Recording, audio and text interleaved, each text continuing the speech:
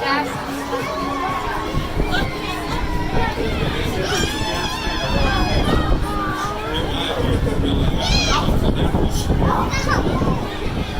they're all coming up to them. There's lots of them. Well, good morning, ladies and gentlemen. Welcome out to Gulfarium Marine Adventure Park. How are you guys doing out there today? Alright, that is what we're about to hear. Well, my name is Sherry. Today I have the pleasure of being your host for this presentation. But now to start things off, I would love to introduce you guys to the stars of our show. We're going to be starting off today over here on the right-hand side of the dock where we have our 5-year-old. This is Zeke.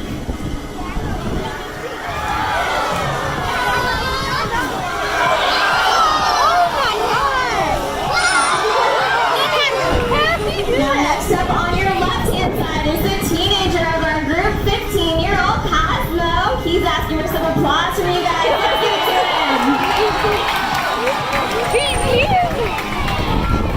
Getting back on the right-hand side, we have our 7-year-old. This is Chopper.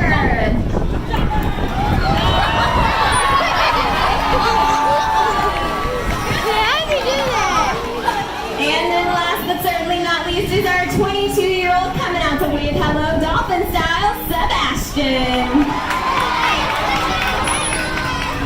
Let's put our hands together for all 4 of our male Bottlenose dolphins. They're looking it over.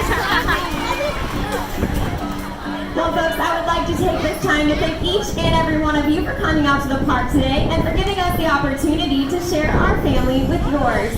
It's our hope that after you leave the Gulfarium today, you can go back into your own homes and communities and share the knowledge that you gained here with your friends and family concerning the amazing skills and adaptations that these mammals possess, as well as the dangers that are facing their ocean counterparts today.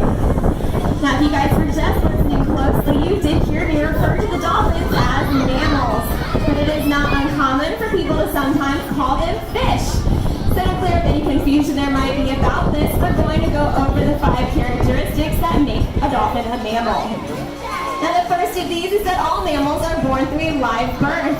For the dolphins, this is after a gestation period of around 12 months, so quite a bit longer than our own of only 9. And since they're born through a live birth like you guys can see, they do in fact have belly buttons. Now our next characteristic is that all mammals will nurse their young. Now you guys might be asking yourself, well, how can a dolphin calf nurse underwater and keep the salt water out of their milk?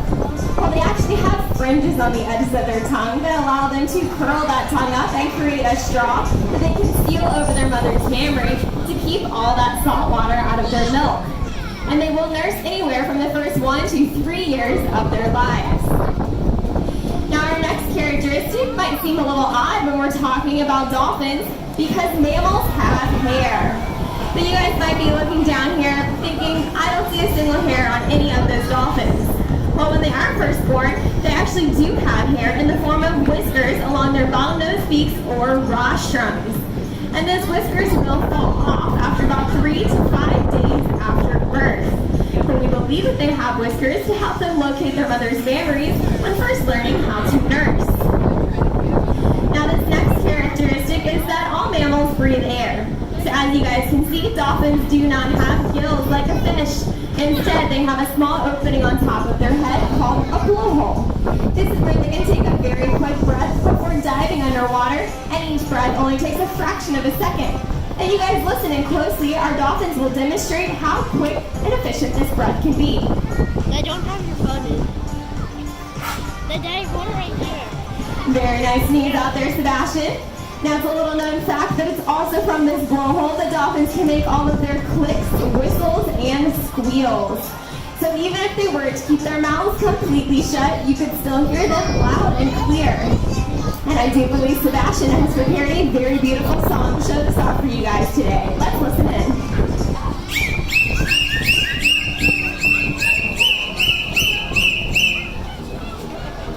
Excellent job, Sebastian. That was music to my ears.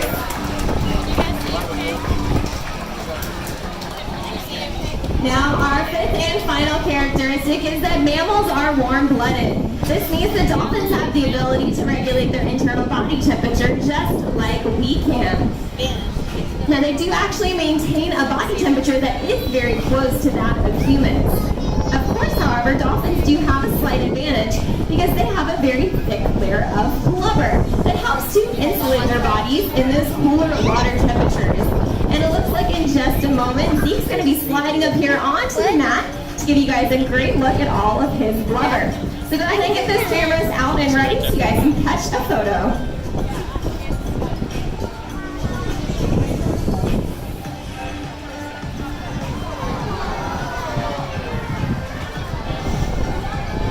Let's hear it out for Zeke. Everybody strike it up pose.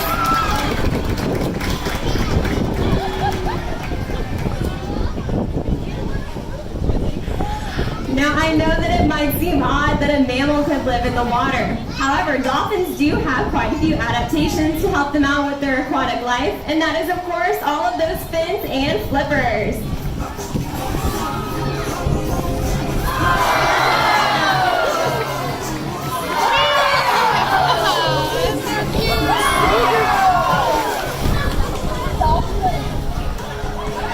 Now the first fin I want you guys to focus on is the one you just saw in the center of Sebastian's back. This is called the dorsal fin. Now believe it or not, this fin does not have any bone in it, but it's made up of a connective tissue similar to the cartilage that we have in our ears and nose.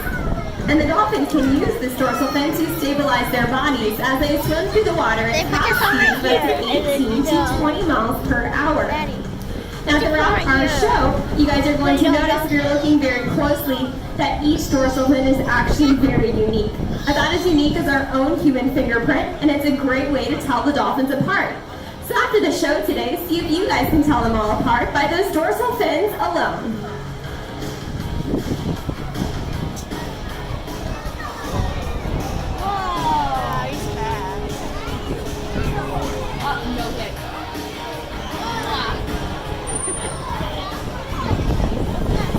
Now next I'm moving down to the sides of the dolphin's bodies. This is where we can find their two pectoral flippers. And these are called flippers rather than fins because they do have bones in them.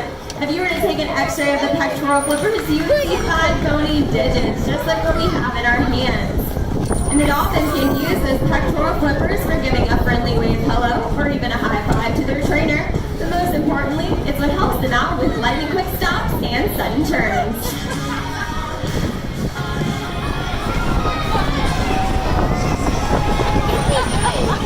It's like doing the dolphin moonwalk. Yeah. Now moving down to the ends of the dolphin's bodies, this is where we can find their two tail fins or flukes. Now these two are separated in the center by what we call the median notch, which you guys will see in just a moment as Cosmo comes out in the middle to show off his tail flukes for everyone. Now connected to those tail flukes is the most powerful region of the dolphin's entire body. The area located between the dorsal fin and tail flukes is called the peduncle, and it is packed full of powerful muscles that can help the dolphins out with a common hunting technique that's known as tail lobbing. This is where the dolphins will slap their tail on the surface of the water, allowing them to stun the fish swimming below, making them easier to catch. However, it is also with the power of this peduncle that the dolphins can launch their bodies high up and out of the water to get a better look at all of their surroundings.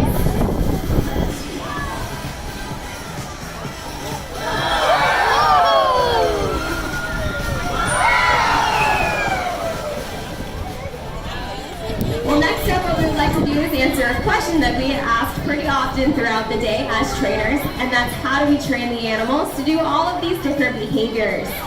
So right now we're going to break a behavior down for you guys step by step so you can better understand how it was trained. Now before we dive into this behavior, I'm going to talk about some of the tools that we first need when training our dolphins, starting off with this whistle you guys see us wearing around our neck. Now anytime you hear the trainers blow their whistle, all it does is tell the dolphins, good job, stop what you're doing and come back over to me to receive some reinforcement. So that is the second tool that we'll need. As you guys can see, the trainers of course have these buckets of fish up here on the dock, but we can also reinforce the dolphins in other ways as well. For example, they might enjoy a big handful of ice cubes or even some flavorless, sugarless gelatin. We can give them some toys or even a belly rub, back rub, or a pat on the head. So they do enjoy many different types of reinforcement. It's not all about fish. Now the next tool that we need for training is known as a target. You guys will see the trainers presenting their flat open palm over the surface of the water, just like Cosmo is showing off for you guys here in the center. And all we're looking for Cosmo to do is touch and hold his bottlenose beak or rostrum to our flat open palm. Now once he has achieved this first step, we can begin moving our target hand, simply asking the dolphins to follow it. So let's say, for example, we wanted to train a head nod yes, we're going to move our hand up and down. If we wanted to train the dolphins to spin around in a circle, we're just going to move our hand around in a circle above their head. Or to train their favorite answer, a big head shake no way, we move our hand from side to side. Now the behavior we're going to break down for you guys today is one that Zeke is currently learning, and this is known as a back bow. Now for a back bow, what we're looking for the dolphins to do is to turn belly up and jump out of the water, diving back in head first. Now you guys can see Mallory is utilizing another training tool called a target pole. The long pole with a buoy on the end acts as an extension of our target hand, allowing us to reach farther out into the habitat or higher up into the air, which is helpful when training these bigger aerial behaviors. So as you guys can see, Zeke got his signal, he's headed up to that target pole, and he nailed it on the first try. Let's hear it out there for Zeke, everybody. Now it looks like Zeke is going to go ahead and try this again, and Mallory is currently working on training his height. So once again, we're looking for him to come up and touch that target buoy before he dives back down head first.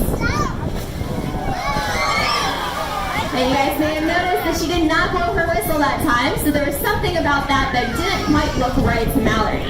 So now Alice is going to just stand there for a few seconds and not get any information to communicate that wasn't exactly right. Let's try again. Now it looks like Zeke definitely had a bit of a twist that time. So once again, that wasn't quite what Mallory was looking for. So we're going to go ahead and give it another try. And he nailed it that time. Let's give it up one more time for Zeke, everyone. And it looks like Mallory wants to give it another go here, practice a little bit more.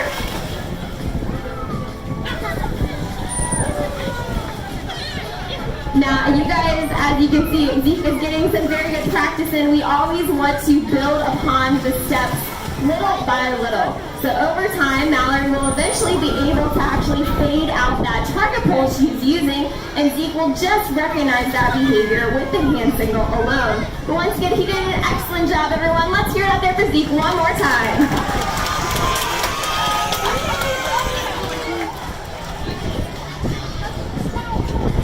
Well, now, of course, we don't want to talk about a behavior unless we can show you guys what it looks like in its final form. So go ahead and get your cameras out and ready as Chopper prepares to come out and show off what a completed back bow looks like.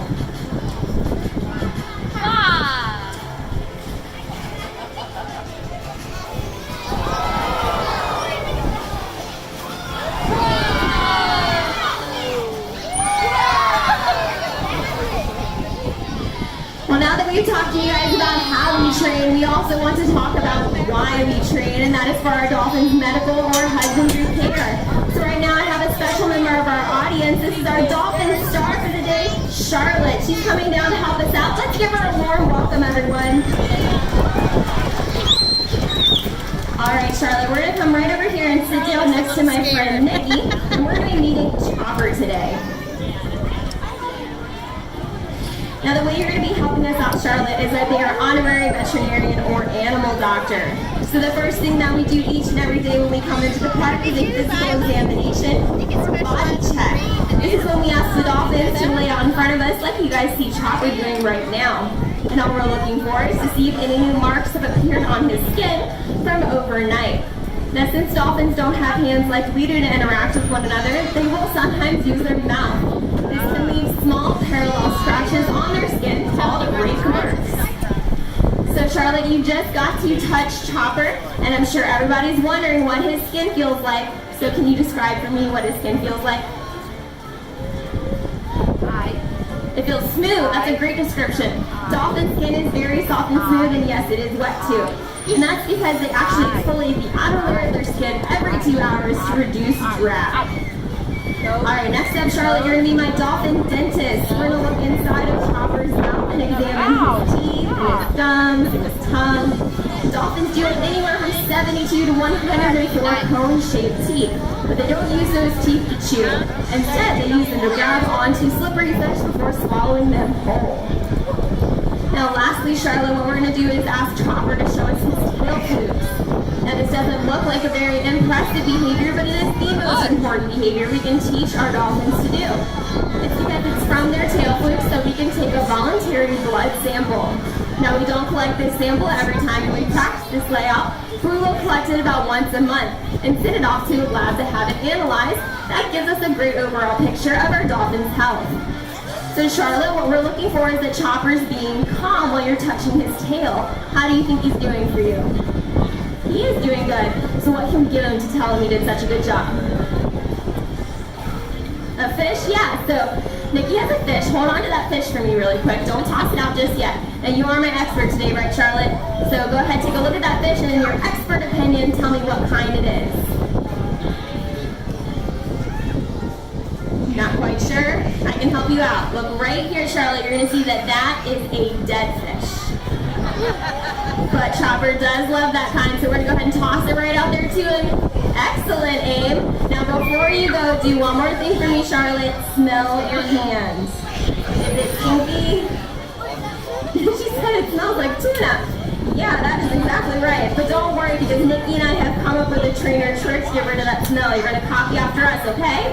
Go ahead and clap your hands together and rub them really fast. This loosens up the fish scales. Now wave your hands high up in the air, that ear to mouth, and finally wipe it off on that really pretty purple jacket. Great job. Did it get the stink off? It did.